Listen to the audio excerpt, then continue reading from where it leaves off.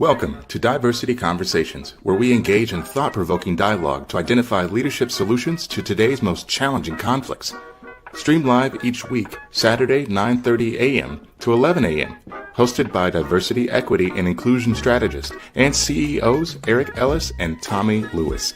Join us and add your voice to this engaging diversity conversation. Good morning, Greater Cincinnati, Northern Kentucky, the United States, and the world. My name is Eric Ellis, and I'm the president and CEO of Integrity Development Corporation. And I'm joined this morning by my good friend and brother, Tommie Lewis, president and CEO of Make It Plain Consulting. Good morning, Eric. Good morning, Tommie. How are you? Doing well, man. Doing well. It's a great morning again. Absolutely, man. It's always good to be with you. And it's a beautiful sunny day outside. How has your week been? It's been great, Eric. We got some good news and some development news. We are working with the Ohio Developmental Disabilities Council. They represent all of the statewide development disabilities agencies across the state.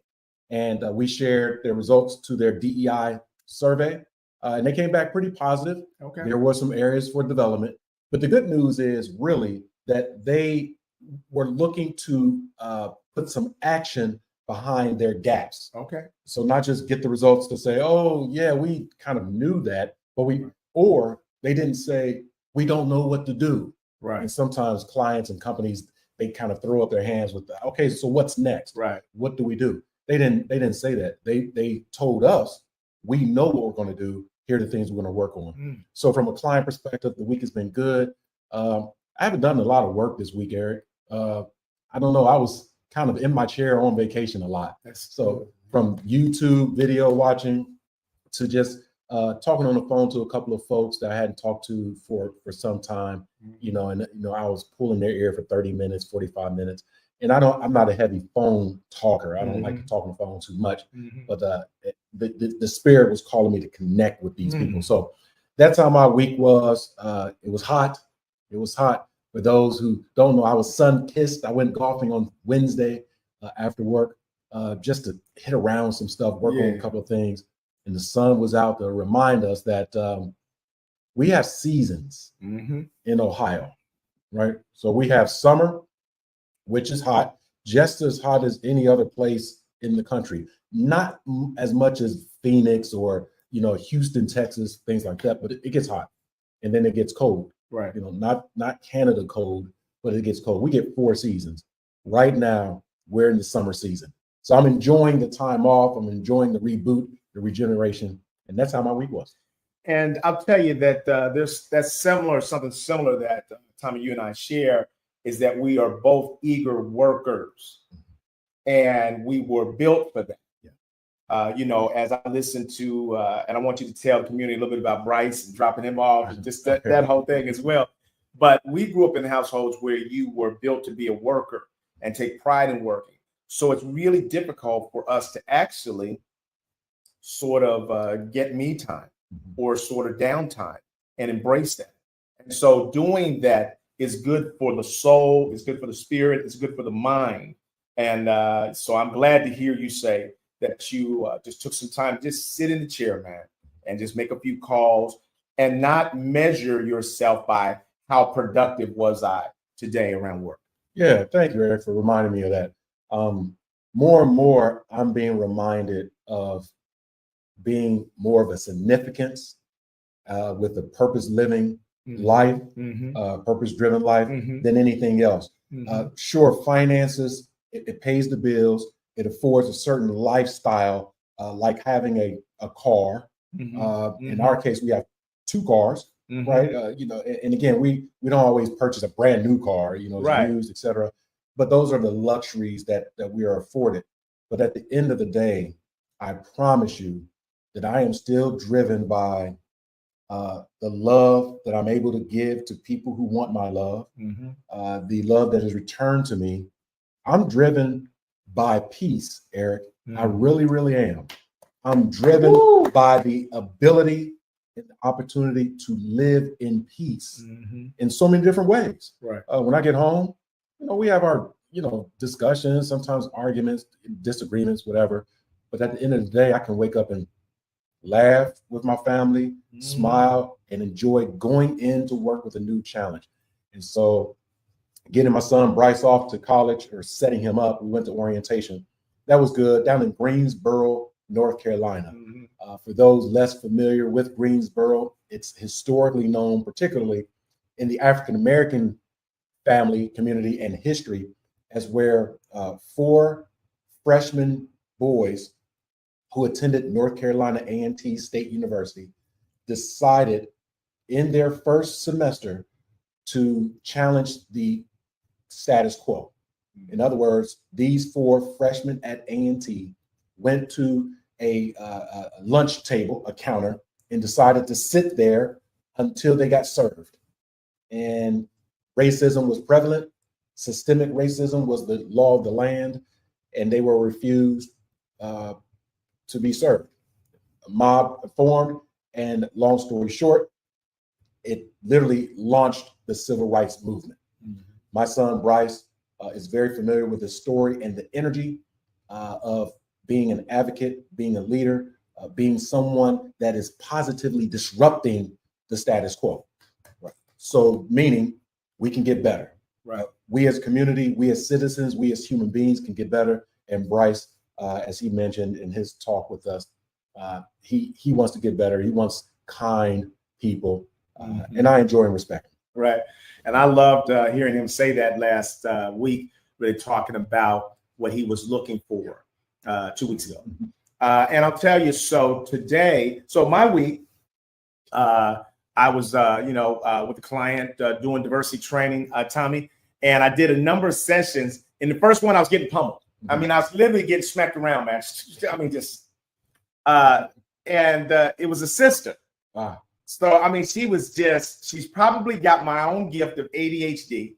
So, the director of diversity and I were doing a role play, and she was doing a real thorough job with it, man. I was so proud of how well we were demonstrating empathic listening. And this sister just screamed out, man, almost like you were sticking pins in her eyes. Wrap this up. Enough already. Do you do the same thing everywhere? And she just went down from there. And I was just trying to, let me see if I'm understanding what Man, she kept it going for the first third of the class. Really? So she was so much into her game that I had to invite her into the hallway, Tom. And the class said, you've been called to the principal's office now. So I took her to the hallway, man. She couldn't even listen in. She just started in. Bro, I told you last time, make your money. I'm trying to help you. I'm trying to, and see what's going on. But I say all of that to say this, Tommie, that when things like that occur, I think about the biggest mistake that my clients make is not sort of taking time to reflect on criticisms and attacks in order to understand where the value is in what they're saying. Yeah. So it didn't really matter to me. I mean, nobody likes it. Yeah. But when she was going off, then my mind started thinking, okay, what in what she's saying is valid. Mm-hmm.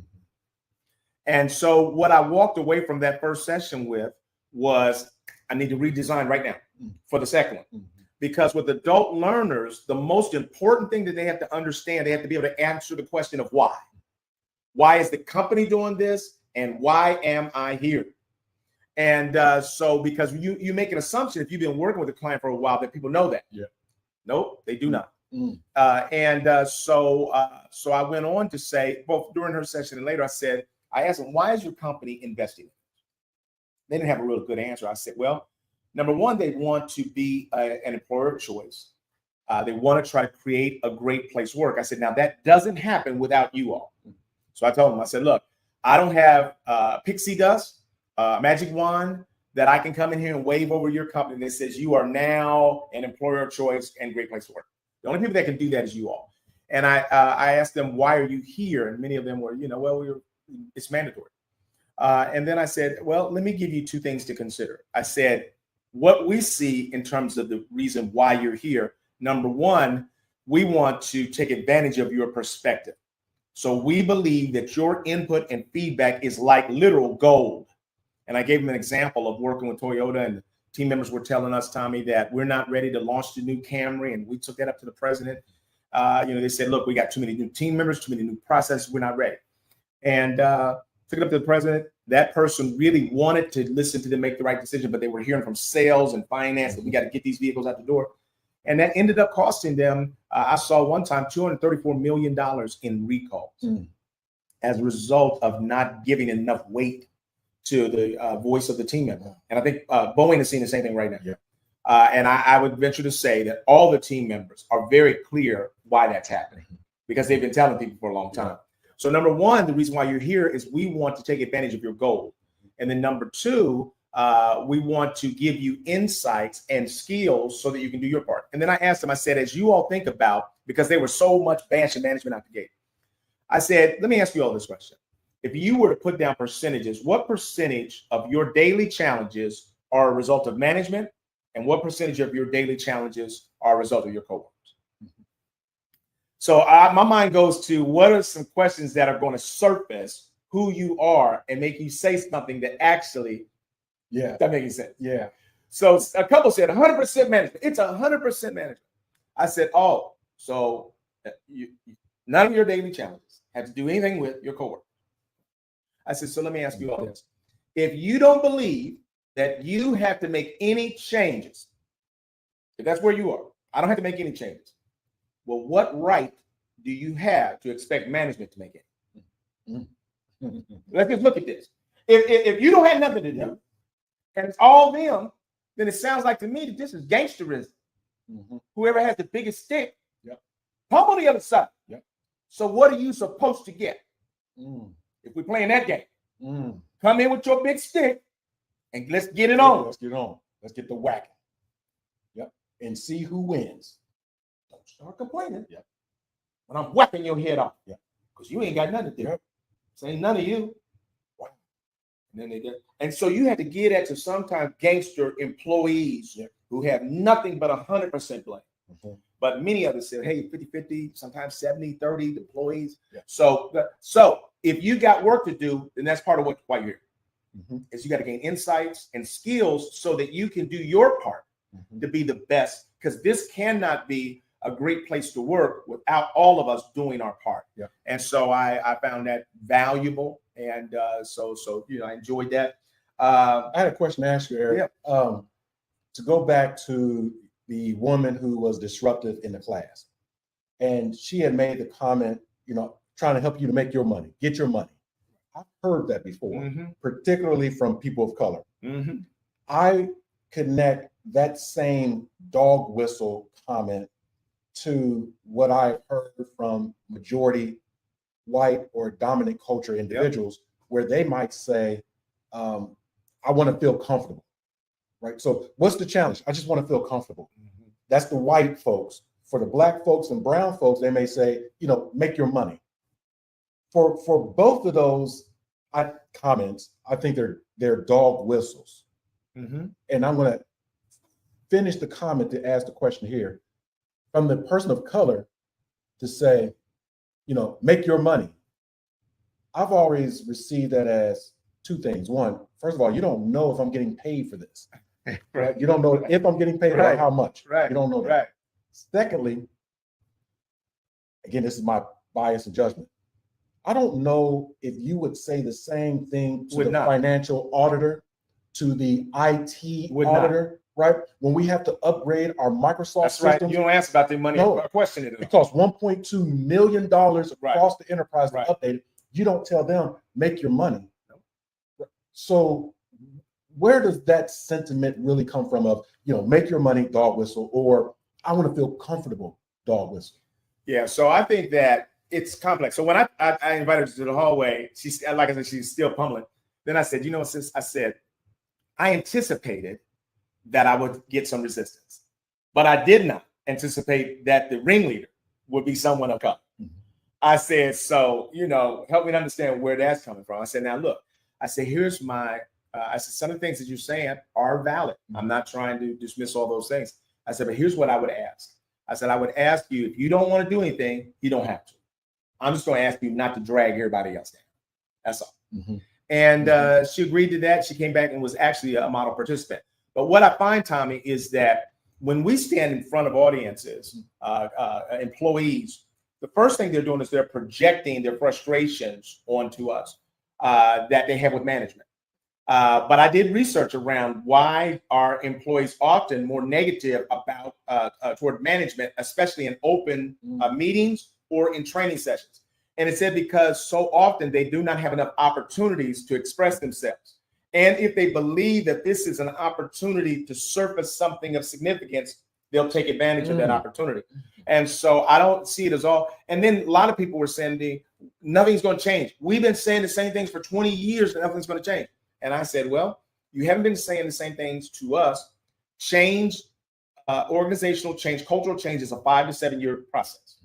I said, and change has happened. And so I had to give a whole education on what all we've done with them that they don't know.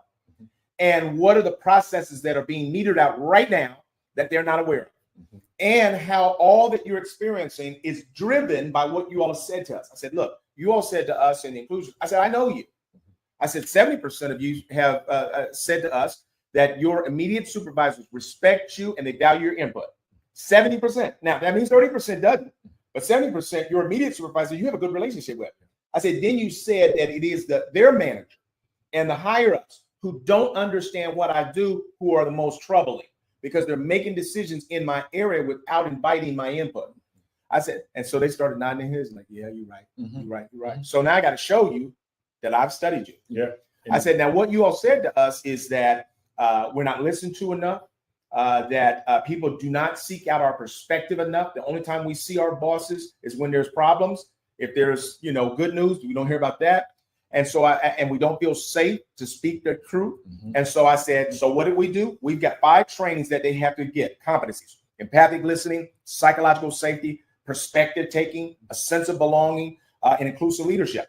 Those came from you all. I said, we haven't just trained them 3 times on the skills. We are also coaching them around those skills and now holding them accountable. We now have an evaluation instrument that is going to be tied to their money. Yeah. Did you all know that? Did not know. But your voice suggests that we need to make sure we're educating you. So sometimes frustration comes from a lack of knowledge about what changes are happening. And I said, look at the evaluation that we have for them. I said, guess what? They cannot work it out with their boss, sit around, pinky swear together that we're going to give you a superior rating. The only way they get a superior rating is if you say that. So that's in the superior section, is feedback from your employees has to rate you as superior. You can't get it any other way. That's good. And they were looking at that like, yeah. So it was really a powerful experience. I told him, I said, look, I said, your last union president who just retired from the company said he started off as a huge opponent to DEIB. He left a huge advocate. He says, I believe in this. He said this to the senior leadership. He said, but I'm fear that it's not going to survive or thrive because white employees are going to reject it because of all the negative influences that they're getting outside, and that Black employees are going to reject it because they don't believe that it's bringing about change fast enough. And so I told every class, I said, whatever you thought about your last union president, here's what he said. Now, what say you? What say you? I said, I agree with it, that potential is here. But now you have a decision to make. I said, because your CEO cannot change the whole culture by himself. You all are going to have to buy in and participate in this place becoming what it needs to be. So I value that. But Tommy, you know how it is, man. And then the second session, start off with an Asian female, start swinging. But by that time, I was like, that's a great point. Thanks. Moving right on. I mean, I gave it last session. I'm not gonna take the public, And then she calmed down pretty quickly. Yeah. This is 100% management, and they've been doing this for 25 years. We can't change anything. I hear you. So it sounds like what you're saying is this is all over from your point of view. Well, thanks. Anybody want to join in? No one? Okay. All right. So that's how my week was, man. And today, thank you, Tommy. Today, what we want to talk about, Tommy and I, is there a couple of things. We're going to ask you all to weigh in as well. As you know, this is Father's Day weekend. Yes, sir. Weekend. Judy didn't like me saying weekend. She want to give me that one day. I said, no, the kids have taught me. When they take their birthdays, the birthday month. They celebrate the whole month. So I'm at least going to get the weekend. So this is Father's Day weekend, and we're going to talk a little bit about fathers. And then Juneteenth is going to be celebrated on the 19th, June 19th. And we're talk a little bit about that.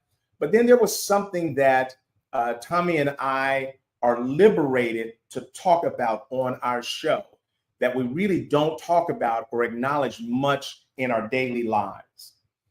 Tommie and I are organizational effectiveness consultants, but one of the areas that we specialize in is DEIB, diversity, equity, inclusion, belonging, accessibility. And in our work, we have to be fair and balanced, and we have to be sort of dealing with all of the different kinds of diversity issues that may arise in the workplace. And so we don't get a chance to talk directly about race for extended periods of time. And in many ways, I don't know how many of you saw the movie, The Secret Society of Magical Negroes. That name in and of itself is a mouthful. Yeah. But the premise in that movie is that there's a secret society that said that what we're trying to do is make sure that white people feel comfortable. Because when they don't feel comfortable, bad things happen to Black people. And so this sort of mentor was showing this young man, see that cop over there? He's having a frustrated day. We got to make sure, get him an ice cream sandwich or something, We got to make sure that he stays calm and peaceful, because if he gets frustrated, then bad things happen to us. Yeah. And I would say to you, when I saw that movie, I was so devastated by how many things that we do in order to not offend white people or the dominant culture. And when I say that, I'm not talking about everybody white, but it's just when you start thinking about survival, that it's not a good survival strategy to be critical of the people who have the greatest amount of power in our country. But when I look at Father's Day, it causes us to think about, Tommie, all of the numbers of defeat around the Black father. And it's almost now common rhetoric to say the demise of the Black family is because, everything that's wrong with the Black community is because of fathers. Right. It's because the Black father has shirked his responsibility. And Tommie, as I started doing research, just preparing for this conversation, it's just unbelievable the things that have happened to us. I'll give it to you in a nutshell, and then we'll talk about Juneteenth. If we look at just big periods of time, and there's dispute on all of these, but if you look at slavery in this country from 1619, when the first slave was brought here to Virginia, to 1865, we were enslaved in this country. And just all the things that happened through slavery, there's certainly some information that we may have time to go over.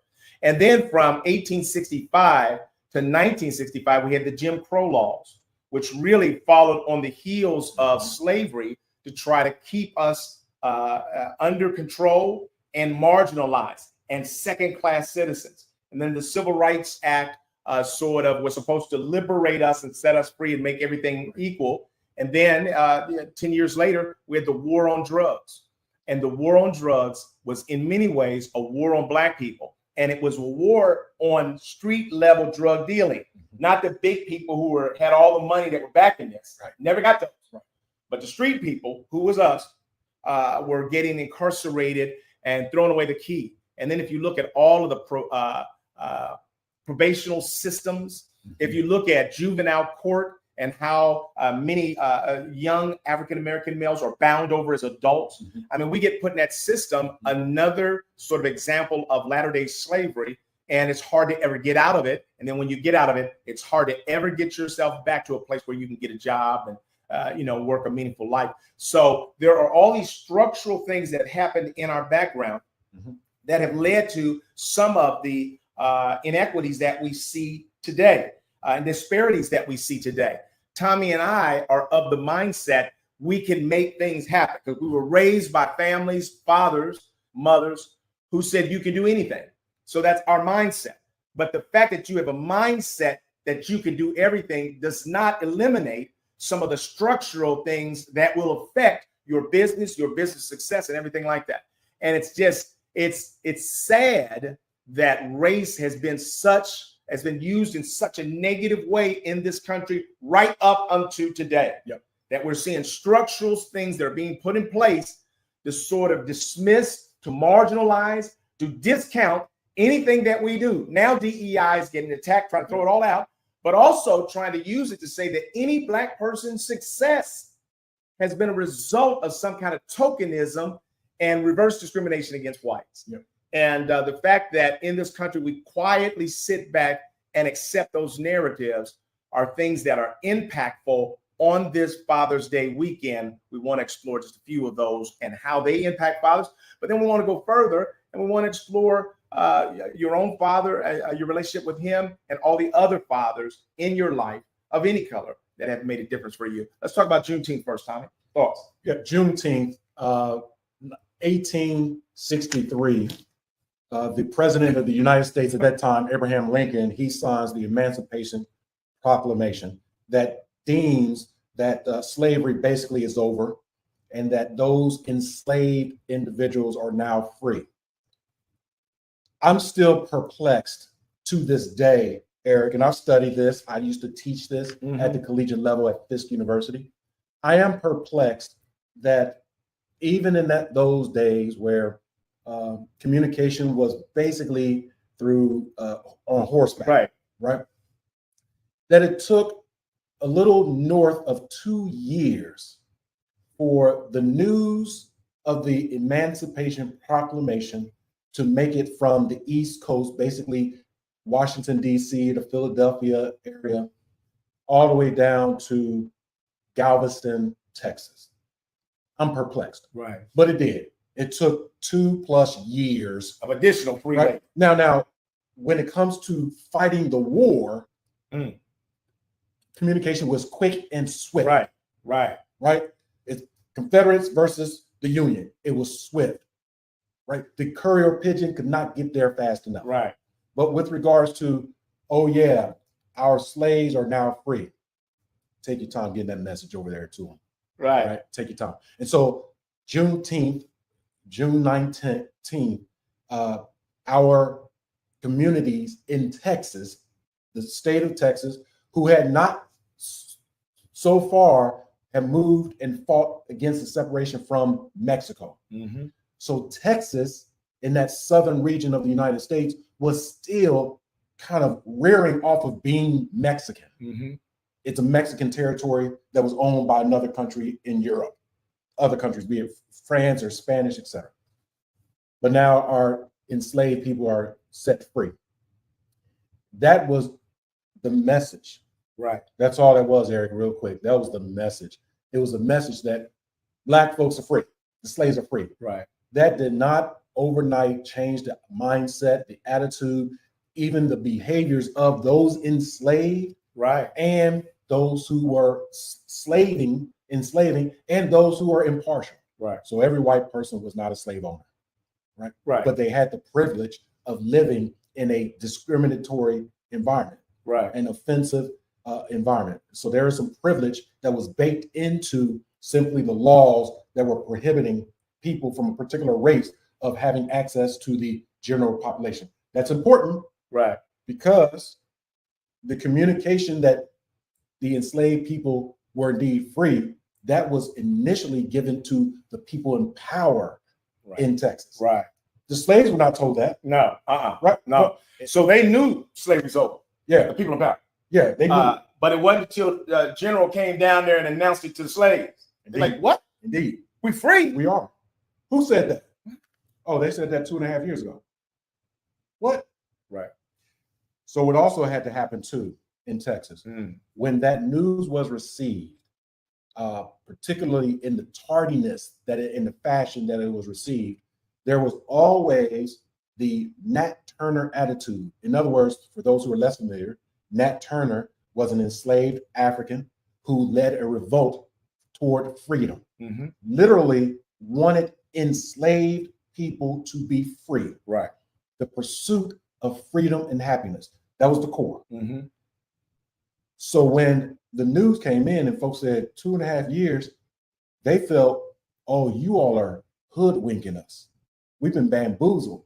We are about to raise, and before they can say up, right, there was the powers that be began to squash and literally transition into brutality and violence to be able to squash any uprising. Right. And so that too started to permeate throughout Texas, Louisiana, going into Mexico, New Mexico, Arizona, etc. But Juneteenth is a celebration of freedom. Right. That's what it is. Right. It's not just a diatribe on one culture. It is the celebration of freedom. If it's freedom of any peoples, right, their inalienable rights to be free, to pursue happiness, to have equality and equal access to opportunities that others. So I appreciate Juneteenth as a day, as a week, as a moment, but fundamentally, the concept of Juneteenth runs through my veins and why I personally do the work in DEI and B. I think that there are people, be it lower rung folks who are labor versus management, for example, all people, we want to be free to do our job without making one mistake and then it hurting generations down the path, right, down the line. Juneteenth, again, is a celebration.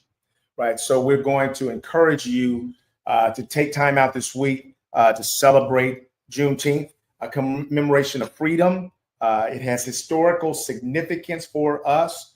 And if you think about it, to be set free, the general comes into your town, Galveston, Texas, says you're free. There's a hooray, and then there's a oh no. Yeah. Well, what do I do? Because they're not happy that I got set free. So now hit the road, Jack. Yep. With whatever you got in your little cabin or tent, then you had to start hitting the road to freedom. Now, how are you going to feed yourself and everything else? And so it's reflection on progress, recognition of those that came before us. Juneteenth is an American holiday just established as a federal holiday by Joe Biden in 2021. I mean, so how much delayed is that from, so delay is really in the picture for us. Tommie, I want to transition to sort of looking at 10 of the most significant ways in which Black individuals and families were dehumanized and the role of the Black father was undermined by slavery. Number one, family separation, physical violence, and brutal punishments were part of the slavery experience. And in this country, a lot of people don't want you to even mention slavery. The point of view is, I wasn't there. I didn't have anything to do with it. Don't mention the trauma that you as a people experience, through slavery. But families were separated just to maintain control over them. Just to make sure that you had to understand that marriage was illegal, that you are property. And so I don't want you to act like a father because then you all might start banding together and feeling more like humans. And so we're going to sell you off to different places randomly. And then sort of the physical violence and brutality and rape that was happening in the midst of slavery are things that have a huge impact. There are behaviors within the Black community that you can trace back. There are fears. There are tendencies that you can trace back to the trauma of slavery. Thoughts? So, Eric, we look back at one documentary called Africa, the Magnificent Cake. You can take a look at it. It's an older movie. It's a documentary, and it really articulates how slavery came into its institutional system in America. It began years before that, decades before that. So as we talk about 1619, with slavery, the institution began in Americas, it was being practiced and exploited in South America, in the Caribbeans, in the Mexico territories, those countries, etc. Before it came and landed here, there was people, i.e., this chattel, enslaved people, who were already in the pipeline to start in 1619. And so then when it started, it really picked up. In the documentary, it talks about, in studies report as well, that there's one particular country, i.e. culture, that was infamous with its terrorism with regards to slavery, and that's the Portuguese. The Portuguese established a violent practice of beheading and dismemberment. And so if you do your history, when you look at photos, and believe it or not, there are photos of these instances in slavery days, because we were capturing that. So simply a slave owner or those who are working, with the slave owner, plantation owner, they can go into any slave pen at any time with male, female children in there and pull out any enslaved person, which they did. And oftentimes what they would do is make an example by pulling out the male and decapitating him, cutting his head off and put his head on a stake, put his head on a stake and put it in the center of the plantation or even the village square. So sometimes you would have 8, 9, 10 different stakes with heads on them. Also, they would sever the hands, sometimes the feet, and castrate the men. Right. So that, just seeing that, if you can visualize that as a person today, right, being in your home, someone raiding your home and cutting off the head in front of you of your loved one, or having your 11, 12, 13-year-old daughter raped in front of you, right, and you have no power, right, unless you want to be headless, handless, feetless, and on a spike. Right. That's an option. Right.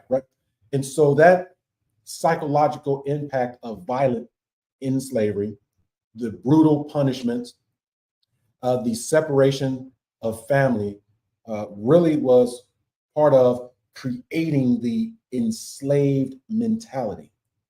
So we can envision this. Some of us are familiar with the board game Monopoly. And Monopoly is a strategic real estate game. It could take 4, 5, 6 hours. Mm-hmm. And so as you have some folks that invite you over to the house to play a game of, have an evening of Monopoly, it's going to take 6 hours, but then they invite you 3 hours into the game. You get there, all the property is taken up. All of the money, for the most part, is within other people's hands. Right. All divvied up. Right. Now, there are some cards that are still available, not the property cards, not the get out of jail cards, but there are cards that go, literally straight to jail. Right. Straight to prison. Those are the ones we would get there. Right? So we get that. And then so we start the game 3 hours in. We have very, very, if any, financial resources. There's no property left. Mm-hmm. We actually cannot even trade for the property. And you know what? Those who have already been playing decide to change the rules without letting us know. Mm-hmm. So as we're playing the game in a major deficit, the rules of the game are being changed. And so that's what slavery has been when we look at denial of legal rights, right, et cetera. When we look at forced labor, forced labor was enslavement, but then we came out of that. We used to have in this country child labor. Right? We were working at 10, 11, 12, 13 years old. There were some significant fires and or events that women and children were killed. And so the government had to enforce some rules that corporations will follow, because before, corporations and companies ruled the land. Mm-hmm. They dictated to the government what needed to be happened. That was slavery, right? Right. It was industry in the South that dictated that we need slavery. Yeah, you're not taking away our property. Not at all. And so those are a few things, Eric, to just call to mind. This is all through celebration, and celebration is through awareness and knowledge. Right. We have to know, and we have to act upon. And then if you look at it, and so much of this is so connected to us. I mean, we look at it as history, but it's connected to us. After slavery, there was sharecropping. My grandfather was a sharecropper. And so sharecropping was where you got a chance to work some land and then ultimately maybe be able to buy that land. But the rules kept changing, the markers kept being moved. And so you actually could never win.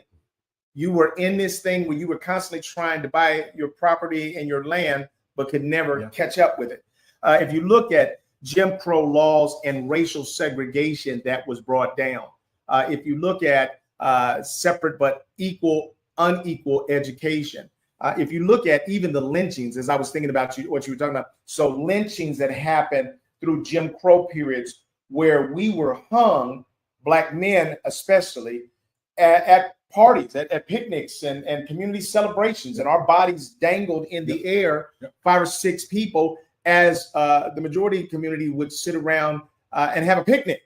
So it was literally traumatizing to us, but it was socializing and almost acceptance of an anti-human kind of depiction of people of color, which continues on to today. So the news media every night sort of hangs out the Blacks that have done crimes on a regular basis in ways that are disproportionate to the amount of crime that we actually are engaged in. And those things continue to perpetuate a mindset that we are less than. And so Tommie and I are wanting to expose a bit of this, remind us of these kinds of things while we're in the midst of repeating them. And if the norms of the day say that you're never supposed to talk about this history because it's going to make somebody uncomfortable, we'll try living it. And then see what that feels like. And so as we look at the Black father and the love that he has for his family and his children, you have to understand what kind of brutality and history it has come out of. It's amazing that we have any sort of pride and strength and fight left in us at all. When you were so, what's the word, Tommie? So taught, so it was almost a habit that you needed to fear the dominant culture and the power structure. And if you did anything like look your master in their eyes or talk back or anything like that, you're going to get a beat down. And so we know in animals that although an elephant can pull up a stake, when they tie that elephant up as a baby elephant, by the time it grows up, it can pull away, but it doesn't know it because it's been tied up its whole life. That's in many ways what has happened to us throughout the history of this country. And what we do have is resilience. Tommie and I are not purveyors of excuses where you can just sit in a hole, say there's a reason why I'm in this hole and I can't get up out of here. But I think people do have to understand that there is a history that has brought us up to today. And there are things that are going on right now strategically to dismantle any systems that would create equity and fairness. So when we look at the plight of human beings across the globe as it aligns to discrimination, enslavement, sometimes human trafficking, it's phenomenal, I think, that in this country, for example, I'm going to refer to 3 different ethnic groups. So in this country, we have indigenous peoples, which are a multitude of ethnic groups, tribes, etc. And when the dominant culture wanted what they wanted, which was first land and then resources, their effort was not to share and cohabitate on this land, but to exterminate. And so the government, as well as the people, the dominant culture, began a system and structures to eliminate and or exterminate our indigenous brethren. Right.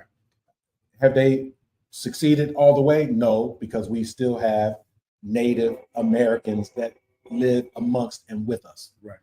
But there was an effort to move them from one part of where they come from to another, et cetera, and then just go into war to kill them all.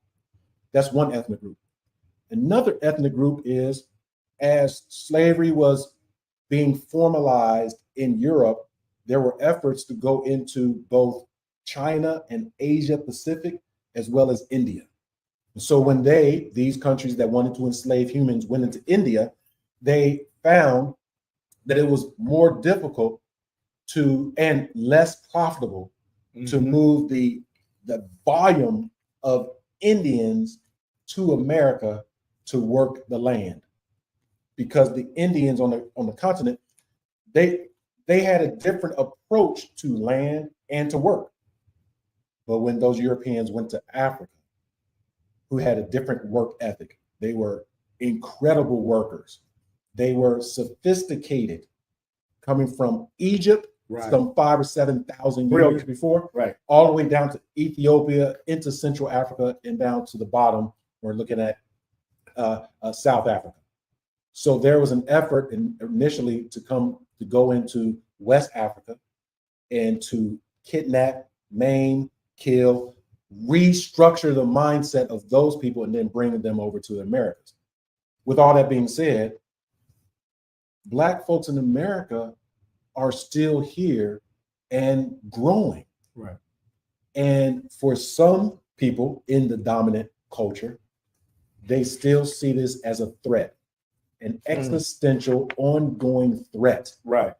The threat that how could these people, not the indigenous folks, not the Indians, not the Asians, how could these people still survive, if not thrive?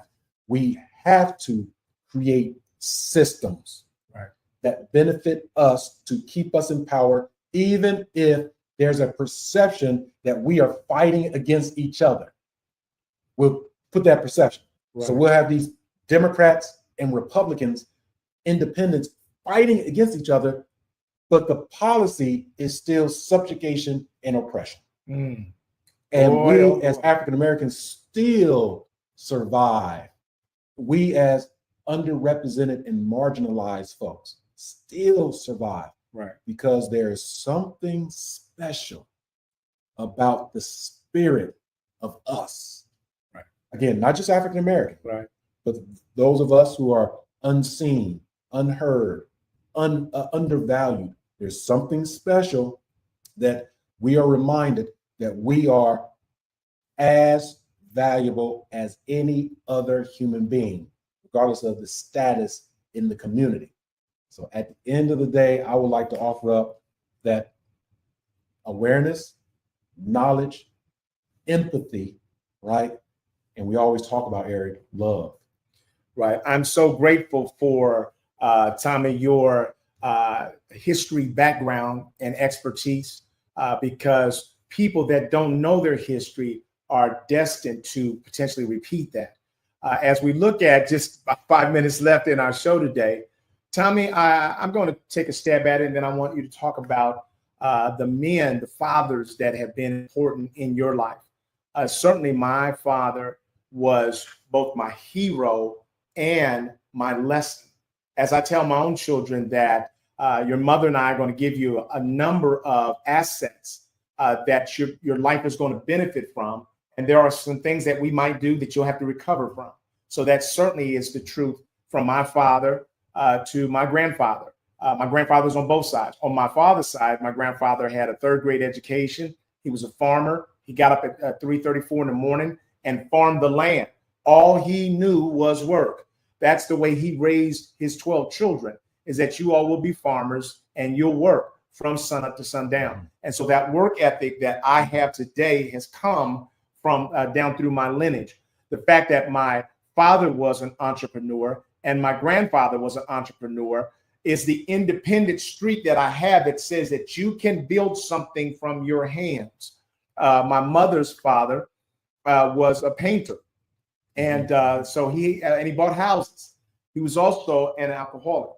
And so my grandfather on my mother's side was a womanizer, and so those things. And so you get down from that, both good news and bad news. But how much of the drinking, how much of the womanizing was a result of trying to mask over the pain and the trauma that you had experienced down through the years? There are other men that I could think about. I could go on and on, but I want to get you in here, Tommie. The janitor in my high school, Mr. Murdoch, was like a father to so many of us at a time when we didn't have very many Black teachers. The head janitor was someone who was always watching and looking out for us, and a voice that could potentially speak up for us if injustices occurred. Tommie, who were the people, the fathers in your life that had So I never met my father's father, which would be my grandfather, because he was from Macon, Georgia. And in 1946, 1947, as the railroad boom was developing in the industrial age, coming out of Georgia, Atlanta, Macon, etc., my grandfather had worked on then the railroad chain gang. So I wanted to call it out that way because chain gang is also affiliated with criminals and chain gang. But this is the railroad chain gang where they worked the railroad. They drove the stakes, they put the rails down. And as my grandfather and the crew were laying track, they were bringing a track together to connect Macon, Georgia to Atlanta, Georgia. And the train was on its way from Atlanta and it was getting closer. They weren't finished laying the track. And the superintendent, the manager, told everyone that was laying the track, all African Americans, to continue to lay track. And all of them were hit and killed by the train. My grandfather was one of them. So my father was only 6 years old at the time, or 7. And so I never met my father's father. My mother's father, Benjamin Wilson, he was a carpenter. I always knew him as a heavy-set, muscular, bald-headed man who smoked stogies, very short cigars, right?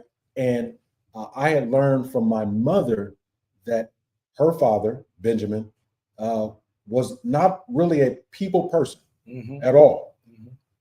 That was not the experience that I had with my grandfather. As an infant and a toddler, I remember really 3 things. One, that I had to ask him for anything I wanted in his house. Right. I knew that. You didn't touch nothing on your own. Didn't touch anything on my own.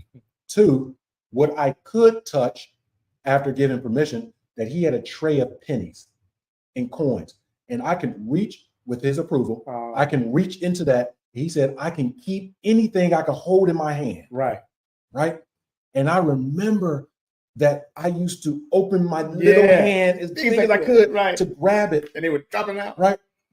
And at the same time, as I grabbed it and I would hold it, I don't know, I may have had 10 cents, 20 cents. And he would laugh with this cigar, right? Like, deep laugh. He said, reach in with your other hand. Right. And I'll go reaching in and I'll have my 30 cents. Right. And he taught me the one, that my hands and my mind can create a living. It can make money for me. Right. He did. He says, but control only what you can control, right? Any money that's not in your hand, it's not for you to manage or control because you don't have it in your hand. It's not yours. And my grandfather taught me that. And my father, who I am his namesake, I am Tommie Lee Lewis Jr. My father has the exact same name. He gave me my name. So I live every day remembering my father, so much so that when my father passed away in 2006, there were a number of folks around me, loved ones, friends, even legal people saying, are you going to drop the junior from your name? I immediately said, no. He said, well, your father has passed. You don't have to keep junior because I will always be my father's son. So my Father's Day is not only the blessing that I'm a father, but a celebration of my own father, his father, and my parents' fathers, and the fathers that have been throughout the generations that I don't know anything about, but I'm standing on their shoulders on Father's Day and every day of my life. And I would say, as we draw this session to a close, that this time blew by. That as we think about Father's Day and this weekend, you can't find 2 men who have greater love for their children than Tommie Lewis and Eric Ellis. I'm grateful for the father that I had and all the things that I learned from him, the grandfathers that I had on both sides, the great grandfather that I knew on my mother's side. But being a father is a gift.